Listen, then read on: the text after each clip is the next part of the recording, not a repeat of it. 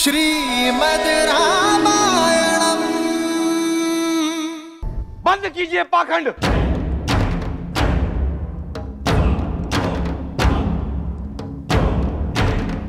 यह चुनाव अनैतिक है। शर्त धनुष पर प्रत्यंचा चढ़ाने की थी, उसे तोड़ने की नहीं।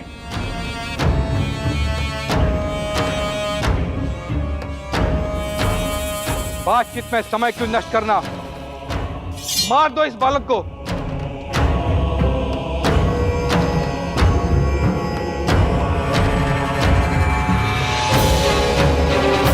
और कर लो सीता का हरण। यदि जनक की सेना बीच में आई तो कर दो वध, क्योंकि कोई भी शिव धनुष अब मिथिला की रक्षा के लिए नहीं है। सावधान!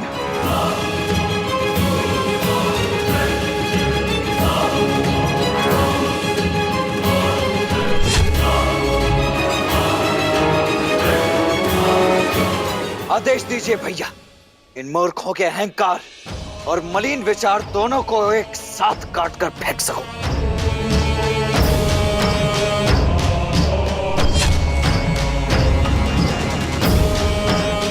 मेरे बाण तो कब से इन्हें चीरने के लिए आतुर हो रहे हैं।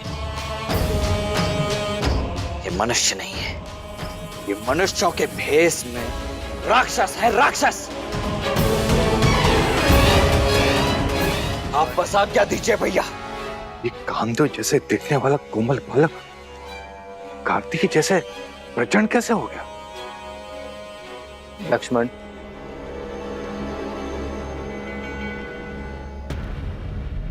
ये समय प्रहार का नहीं, सत्कार का है।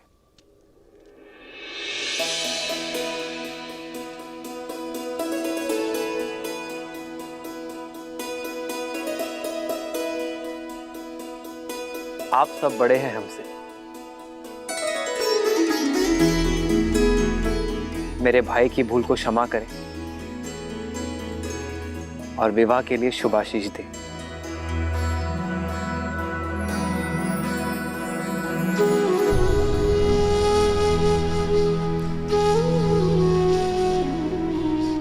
अपराध के लिए आशीष नहीं मिलता है। तुमने शिव धनुष को भंग किया है अवध कुमार। अपराधी नहीं, छल भी किया है, क्योंकि जो कार्य हम सब मां बलि मिलकर एक साथ नहीं कर सके, उसे तुमने कैसे संपन्न कर दिया? शिव धनुष को ऐसे उठाया जैसे कोई पुष्प हो। यह माया है। ये माया नहीं, आभार की छाया है। आप सभी में अहंकार का भार था, ईर्ष्या थी, शक्ति का मत था, पर महादेव का धनुष काम, क्रोध, मद, लोभ, मोह के भार से नहीं, आभार से उठाया जा सकता है।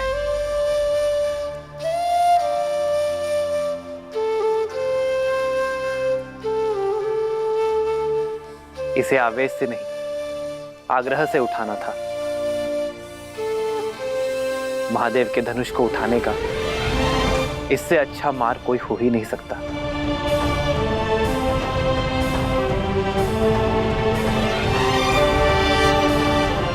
आप सभी में एक 8 वर्ष की बालिका से कई अधिक बल है, किंतु देवी सीता का मन मां गंगा की भांति पवित्र है। उन्होंने धनुष उठाने की अनुमति मांगी तो महादेव ने उन्हें अनुमति दे दी, और आज महादेव ने मुझे भी निराश नहीं किया।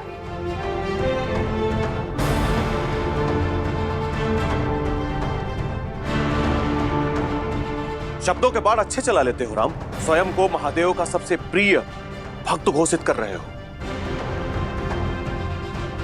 लेकिन भक्त महादेव के प्रिय प्रतीक को भंग नहीं करते हैं। इसका अर्थ है कि महादेव अवश्य तुमसे रुष्ट हैं।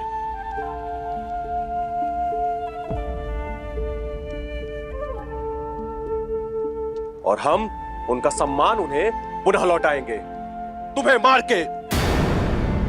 फिर से कहना, फिर से कहना। शांत हो जाओ लक्ष्मण, शांत हो जाओ।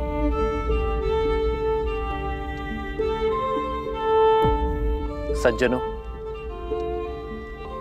यह धनुष उठाने का निर्णय केवल महादेव का था, तो उन्हें ही निश्चित करने दे कि यह धनुष टूटा कैसे।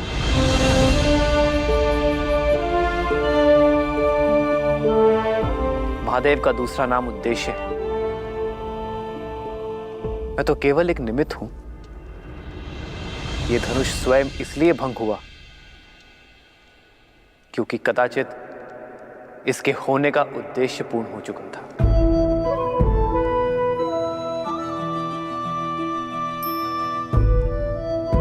वाद विवाद नहीं, प्रतिशोध चाहिए हमें प्रतिशोध चाहिए। कैसा प्रतिशोध?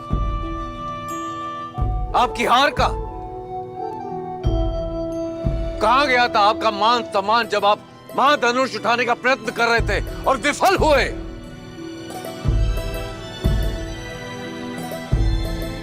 ये स्वयंवर है और इस स्वयंवर का निर्णय हो चुका है।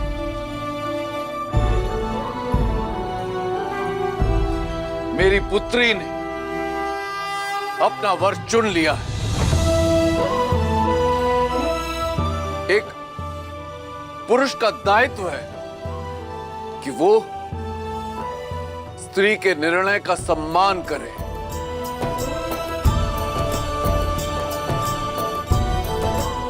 ना कि अपने अभिमान की अग्नि में उसके चैन की आहुति दे दे। ललकारो मत हमें जनक, हम मौन थे क्योंकि अब तुम्हारी रक्षा करने वाला शिव धनुष की ढाल भी अब भंग हो चुकी है। अब युद्ध की अग्नि में तुम्हें और तुम्हारी मिथिला को जलना होगा। और रही तुम्हारी ये सुंदर पुत्री, तो उसके भाग्य का निर्णय हम पर छोड़ दो।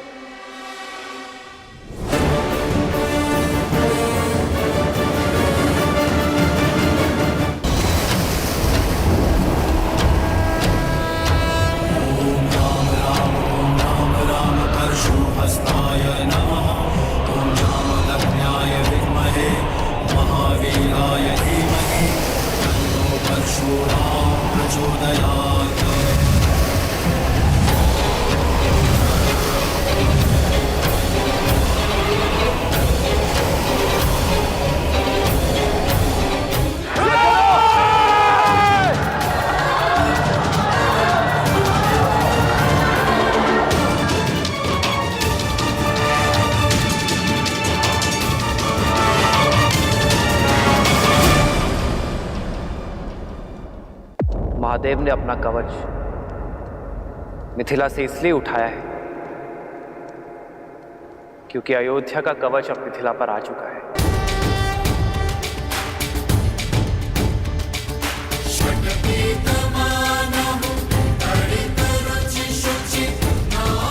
आप सब विवाह में आए इसलिए आपसे आशीष मांगा था, किंतु यदि आप युद्ध के लिए ललकार रहे हैं तो अयोध्या का प्रहार सहने के लिए सज्ज हो जाइए,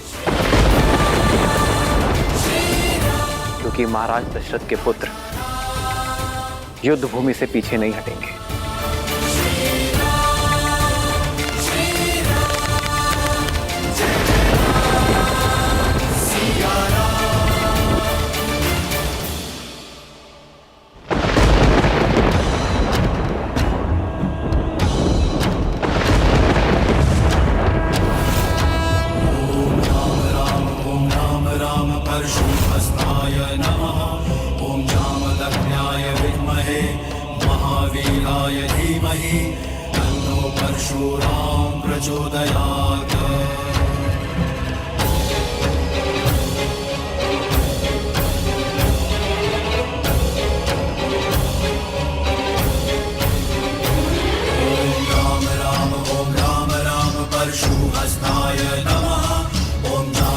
किसने भंग किया मेरे गुरु महादेव का ये धनुष?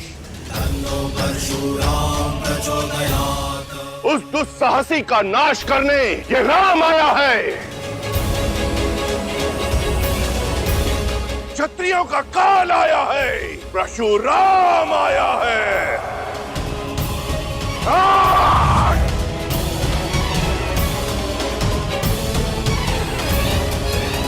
किसने मेरे आराध्य के धनुष को भंग किया?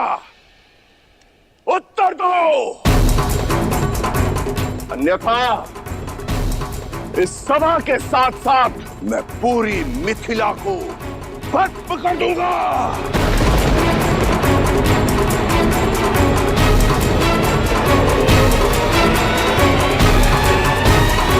बंद कर दो ये सारे द्वार, कोई कहीं नहीं जाएगा।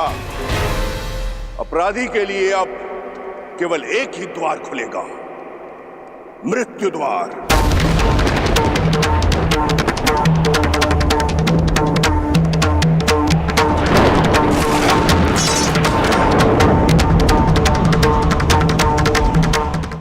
बार इस धरा को मैंने अभिमानी क्षत्रियों से विहीन किया है, 22वीं बार विनाश को निमंत्रण मत दो।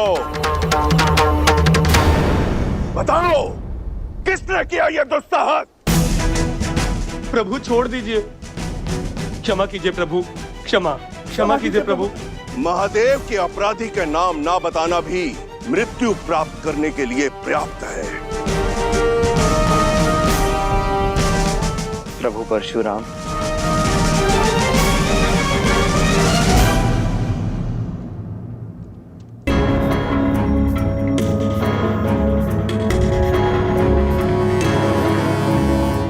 तो तुम बताओगे कि कौन है वो? बताओ युवक। मैं, शिव धनुष मुझसे भंग हुआ है और इसलिए मैं क्षमा चाहता हूं प्रभु।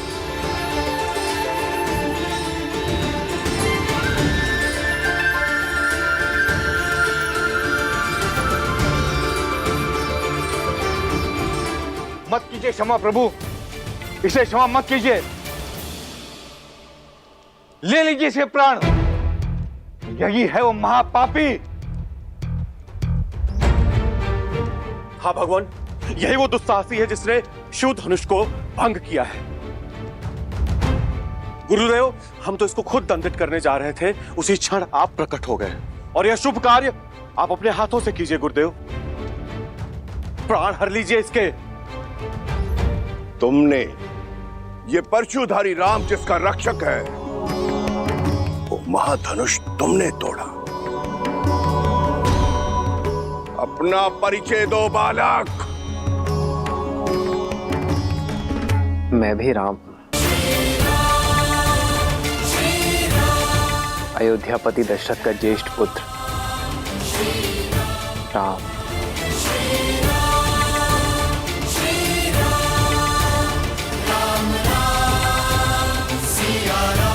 दया,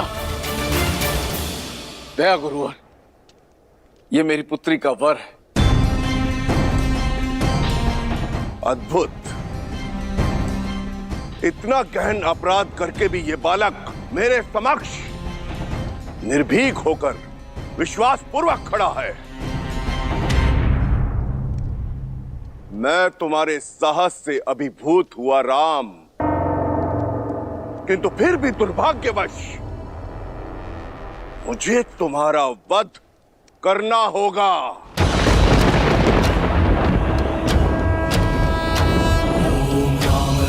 ओम राम परशुहस्ताय नमः। ओम जामदग्न्याय क्योंकि अब इस संसार में धीमहि केवल एक ही राम शेष रहेगा।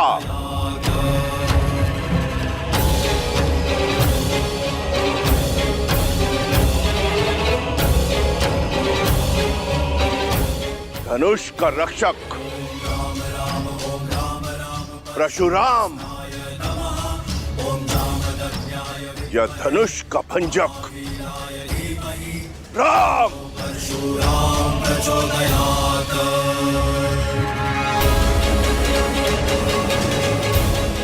मुझे अपना सेवक समझकर शांत हो जाइए प्रभु। इतना बड़ा अपराध करके स्वयं को मेरा सेवक बता रहे हो?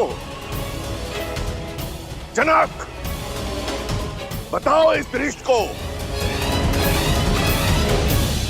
कि कौन सा था वो धनुष। दीदी, यदि युद्ध छिड़ गया तो बहुत बड़ा अनर्थ हो जाएगा। यदि श्री राम ने भगवान परशुराम को मार दिया तो उन पे ब्रह्म हत्या का पाप चढ़ जाएगा। और यदि परशुराम जीत गए तो श्री राम को देखो उर्मिला, मुझे विश्वास है कि वो अपने धर्म की रक्षा के लिए कोई ना कोई उपाय निकाल लेंगे।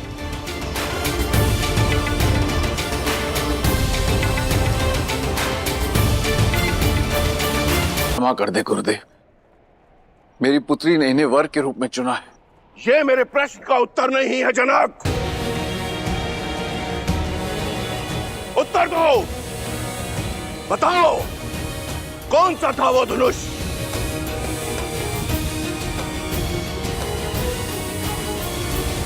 महादेव का पिनाक जो आपने मिथिला को सौंपा था। पर मेरी इस भेंट को, इस पवित्र धनुष को तुमने खिलौना बना दिया।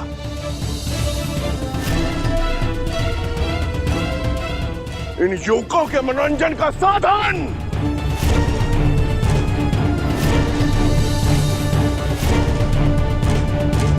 मेरी केवल इतनी ही मंशा थी गुरुवर, महादेव की ये सौगात मेरी पुत्री का सौभाग्य चुने।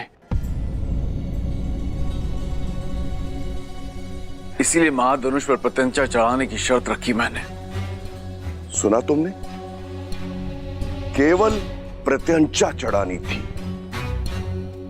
धनुष भंग नहीं करना था। मंशा मेरे भी प्रत्यंचा चढ़ाने की ही थी प्रभु, किंतु महादेव की मंशा इस धनुष को तोड़ने की थी। अच्छा, महादेव स्वयं क्यों चाहेंगे कि उनका धनुष भंग हो?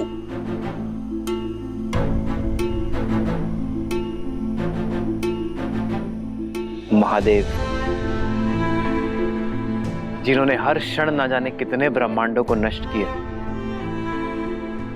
जिन्हें उन्होंने स्वयं रचा है।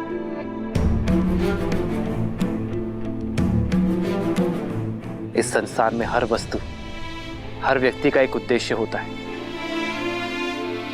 और वो उद्देश्य जब पूर्ण हो जाए तो उसे जाना होता है। फिर वो मैं हूं, आप हैं, या स्वयं महादेव का पिनाक। पिनाक का उद्देश्य पूर्ण हुआ प्रभु, कदाचित उसकी मुक्ति का समय आ गया था। इतनी धृष्टता, कैसे अपने अपराध को महिमा मंडित कर रहे हो? जैसे महादेव का धनुष सूखे पत्तों से बना था, जो तुम्हारे कोमल हाथ लगाते ही टूट गया।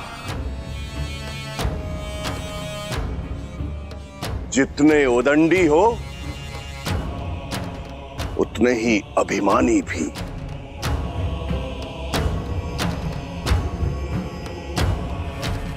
अपने अपराध का दोष मेरे ईष्ट, मेरे गुरु, मेरे आराध्य, मेरे महादेव पर मढ़ रहे हो। मैंने तो केवल वही कहा जो सत्य है। सत्य? और एक सत्य मुझसे भी सुन लो, आज तुम्हारे जीवन का उद्देश्य पूर्ण हुआ। आज तुम्हारी मृत्यु निश्चित है।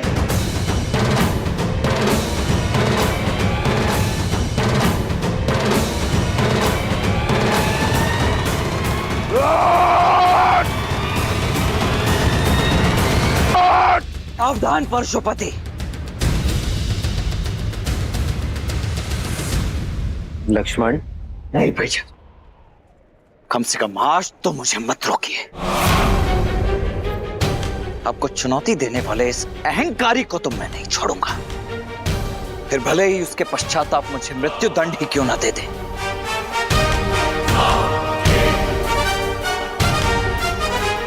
स्वयंवर में आए हो बालक, या स्वयं मरण में। लगता है दोनों भाइयों में होड़ लगी है कि पहले मृत्यु लोक कौन जाएगा।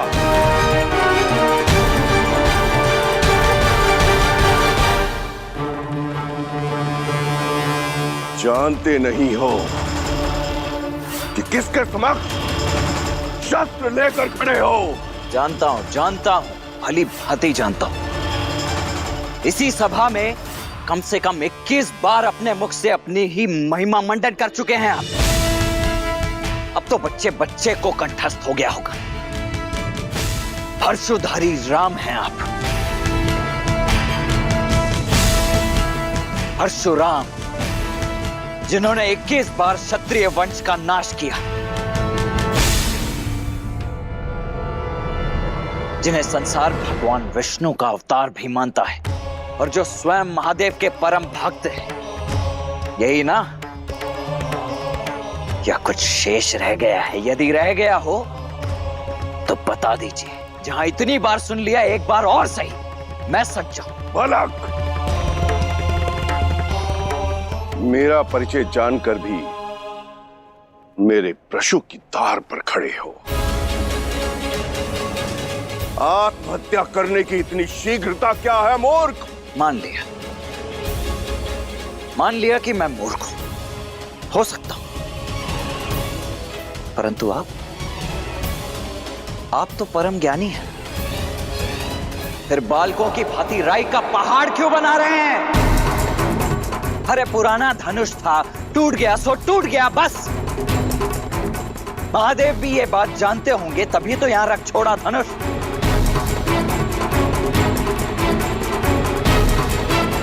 इतना क्या मोह पुराने धनुष से? बालपन में तो न जाने ऐसे खेल खेल में कितने धनुष तोड़ दिए हम। तब तो ना किसी ने धनुषों से ऐसा मोह किया और न ही ऐसा क्रोध।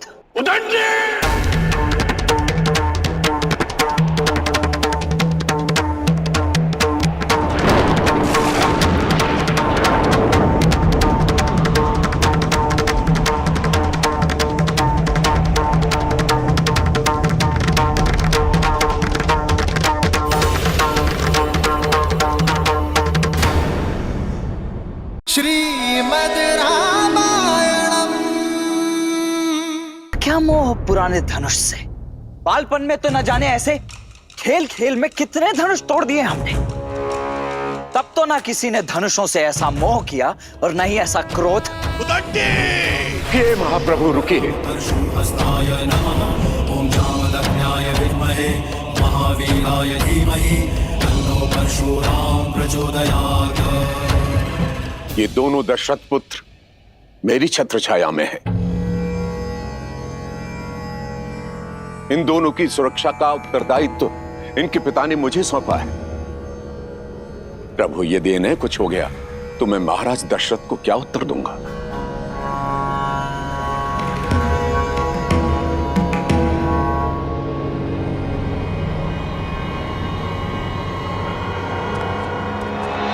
देख रहे हैं इस अभिमानी, इस उदंडी को विश्वामित्र कैसे मंद मंद मुस्कुरा रहा है, कैसे मेरा उपहास कर रहा है। ये जानता नहीं है उस परशुराम को जिसकी एक गर्जना से यह धरती कांप उठती है। सुनी है आपकी ऐसी आत्मा को कपा देने वाली अनेकों कथाएं सुनी है मैंने। भयभीत तो मैं कभी हुआ नहीं, परंतु प्रत्येक कथा का निष्कर्ष सदैव यही निकला कि इतना अनियंत्रित क्रोध, इतना अनैतिक अहंकार तो केवल एक राक्षस में हो सकता है। आश्चर्य है कि आप एक ऋषि हैं। जाइए महर्षि, मैं आपको केवल इसीलिए छोड़ रहा हूं क्योंकि ब्रह्म हत्या का पाप मुझे रघुवंश पर नहीं चाहिए।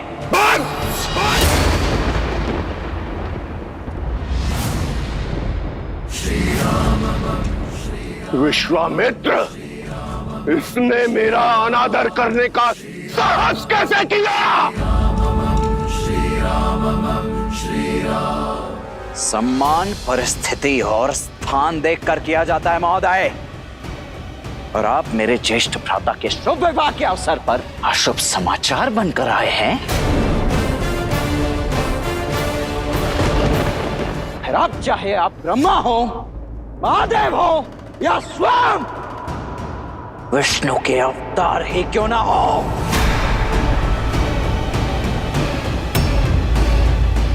आपके समक्ष ये लक्ष्मण खड़ा है। आप होंगे संसार के भगवान, मेरे भगवान।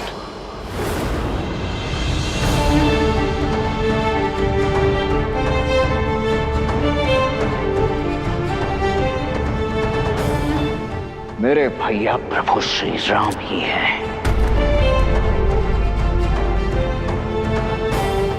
और यदि मेरे भगवान के ऊपर किसी ने शास्त्र उठाया, कवच ये लक्ष्मण होगा है। यदि किसी ने भी श्री राम की ओर एक भी अशुभ पग बढ़ाया, तो या तो उसके पग मेरे बाण रोकेंगे, या मैं स्वयं उसके बाणों की आहुति चढ़ जाऊंगा।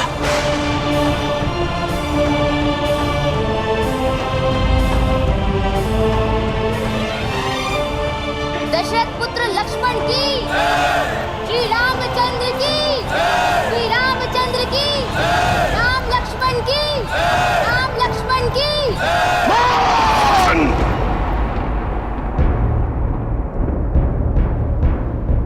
इसके पिता से मेरी ओर से क्षमा मांगना ब्रह्म ऋषि, क्योंकि मैं उन्हें संसार का सबसे बड़ा दुख पुत्र शोक देने जा रहा हूं।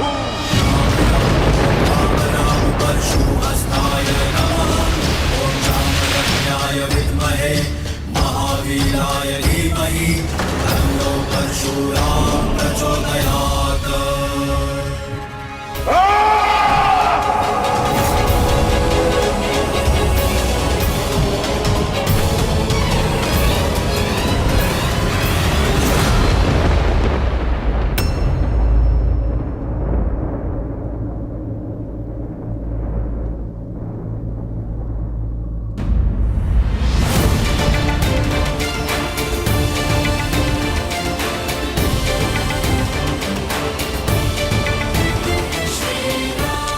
भैया,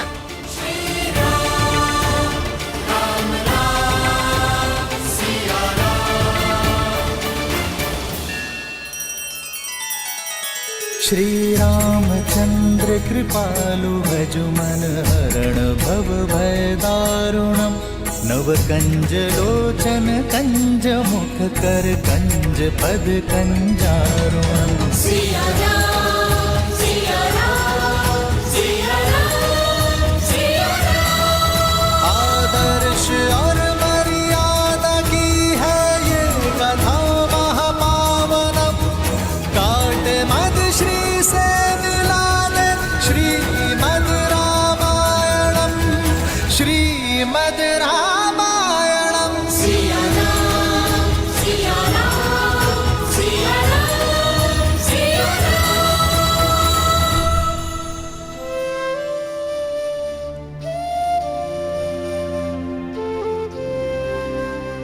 मैं धनुष भंग होने का कारण आदर सहित स्पष्ट कर चुका हूं प्रभु, और विनय पूर्वक अपनी भाई की अज्ञानता के लिए क्षमा चाहता हूं। दया कीजिए प्रभु। जब मृत्यु सामने आई तो क्षमा याचना करने लगे। कदाचित तुम्हें स्मरण नहीं है राम, कि परशुराम की झोली में क्षमा नहीं है।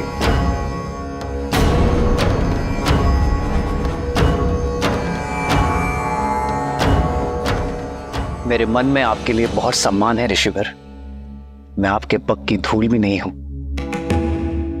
किंतु यदि प्रश्न मेरे भाई की सुरक्षा पर उठा तो विश्वामित्र और वशिष्ठ का ये शिष्य रघुवंशी राम आपको उत्तर देने में विवश होगा।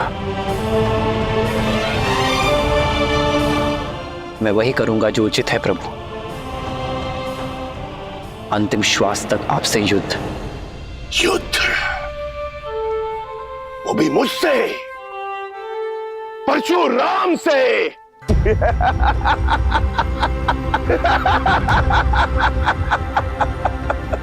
जिसने कार्तिवीर्य अर्जुन की 998 भुजाएं काटकर उसके सर को धड़ से अलग कर दिया, उस परशुराम से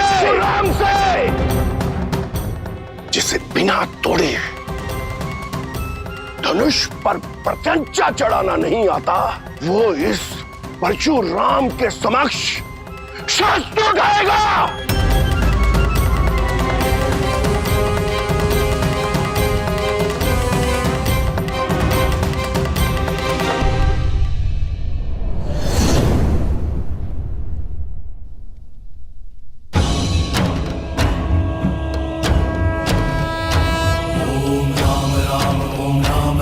परशुहस्ताय नमः। ओम जामदग्नाय विद्महे महावीराय धीमहि तन्नो परशुराम प्रचोदयात्।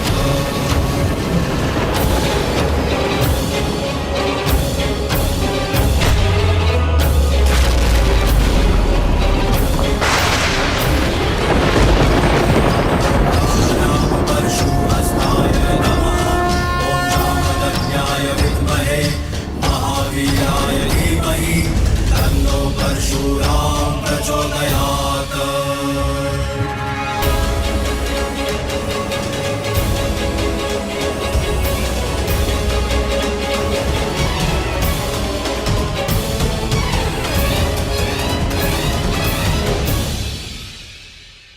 पिनाक को तोड़ने का मद रखने वाले बालक, ये श्री हरि नारायण का धनुष सारंग है।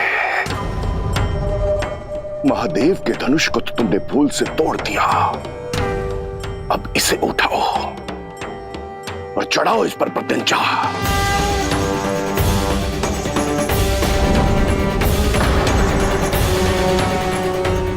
अभिमानी बालक, दिखाओ अपने बल को, कितना बल है तुम में।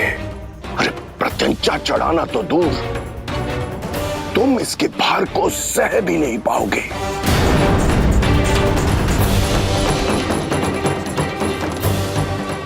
अरे चढ़ाओ प्रत्यंचा, ताकि सब देखें कि अयोध्या का बल इसके भार के नीचे कैसे कुचला गया।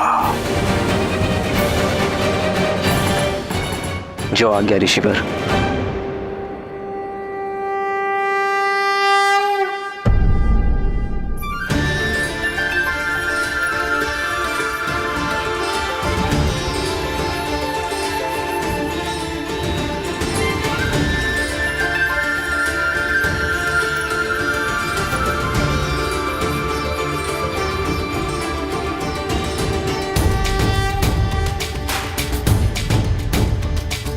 श्री राम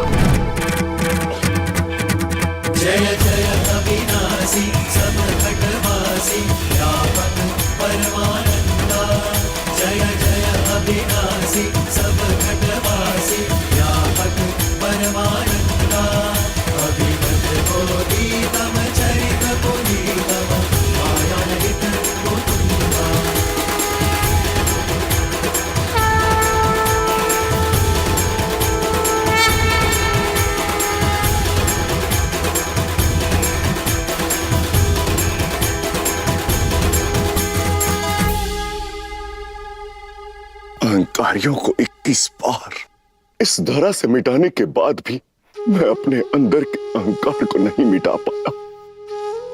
मैं आपको पहचान नहीं पाया राम। अब समझा कि कैसे आप शिव का धनुष उठाने में सक्षम हुए।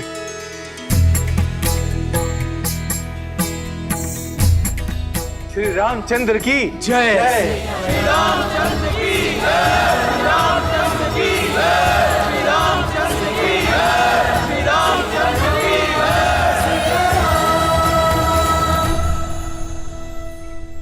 ये जय जयकार नए युग का शंखनाद है।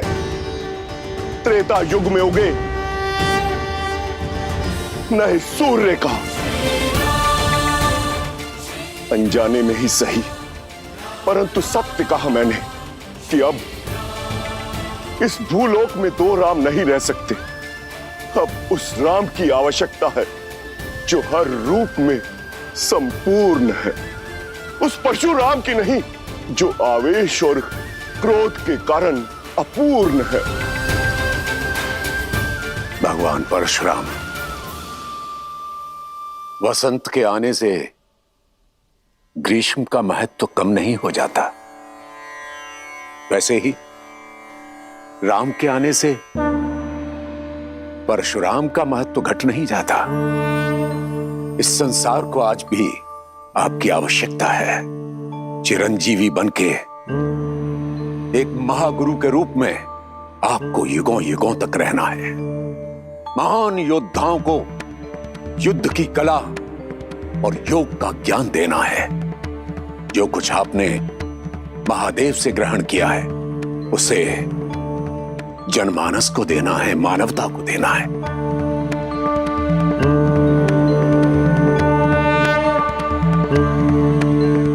अब इस बाण का क्या करूं ऋषिवर, जो इस धनुष पे चढ़ाया है? मैं जानता हूं राम कि धनुष पर चढ़ाया बाण लौटाया नहीं जा सकता। अब इसे लक्ष्य देने की आवश्यकता है। तो बताइए ऋषिवर, क्या लक्ष्य भेदू इस बाण से? आप तो चिरंजीवी हैं, तो ये बाण या तो आपके तप की शक्ति को काटेगा या मन से विचरण करने की शक्ति को। पूरे आर्यावर्त और दक्षिणात्य में महारथियों को ज्ञान देने और हिमालय से दूर दक्षिण तक अनेक आश्रम स्थापित करने में मन की गति का सहयोग होगा। इसलिए इस पर कृपा कीजिए और उस तपोबल पर प्रहार कीजिए जिसके कारण मुझ में अहंकार आ गया था।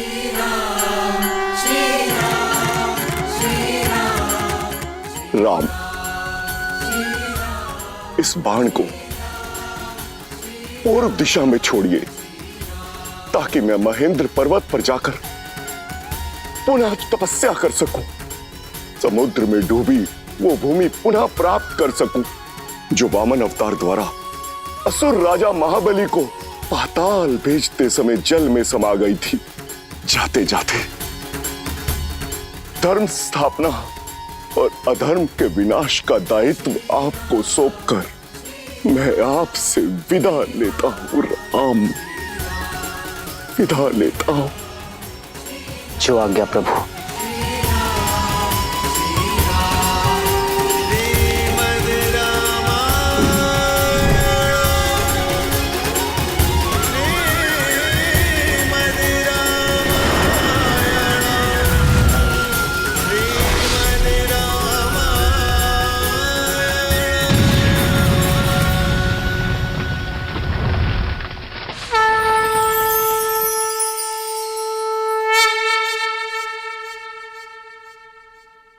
मिथिलेश जनक, महादेव का धनुष भी साध लिया गया और भगवान परशुराम का आशीष भी मिल गया।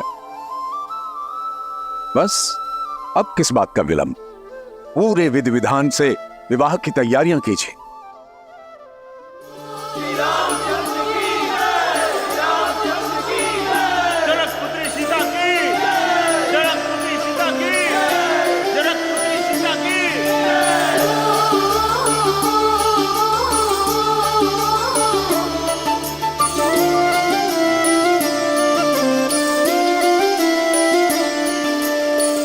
जन्म जन्म का है ये संगम, राम रतन सीता वैभव धन। एक है पौरुष एक समर्पण, एक है रूप तो दूजा दर्पण। राम है लोचन सीता दृष्टि, राम है बादल सीता वृष्टि। सिया राम सिया राम सिया राम, राम सिया राम सिया राम, राम सिया राम सिया राम सिया राम, राम सिया राम सिया राम। सीता को रखते हृदय रघुराई, पूर्ण राम को करने आई। सीता करती उनकी पूजा, राम से आसा प्रेम न दूजा। राम सिया राम सिया राम सिया राम, राम सिया राम सिया राम सिया राम सिया राम। मैं जनक नंदिनी सीता आपको अपने बार और स्वयं को आपकी अर्धांगिनी के रूप में स्वीकार करती हूँ। मैं जीवन के हर लाभ हानि, सुख दुख और धूप छांव में आपकी संगिनी बनकर रहूंगी।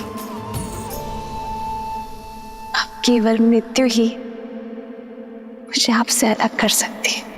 जनक पुत्री सीता की, जनक पुत्री सीता की, जनक पुत्री सीता की, जनक पुत्री सीता की।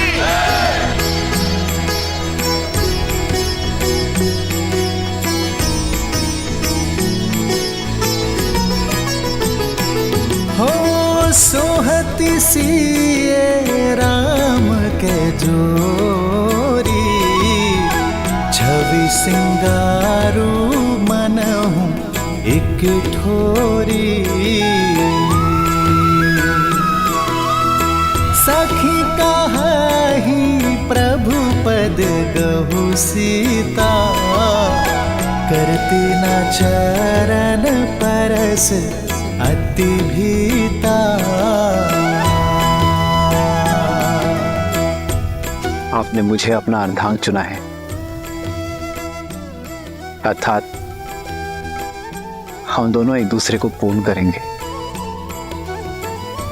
आज से मैं आप हूं और आप मैं, ना कोई छोटा ना कोई बड़ा, ना स्वामी ना सेवक। हर स्थान हर मान में हम दोनों समान होंगे।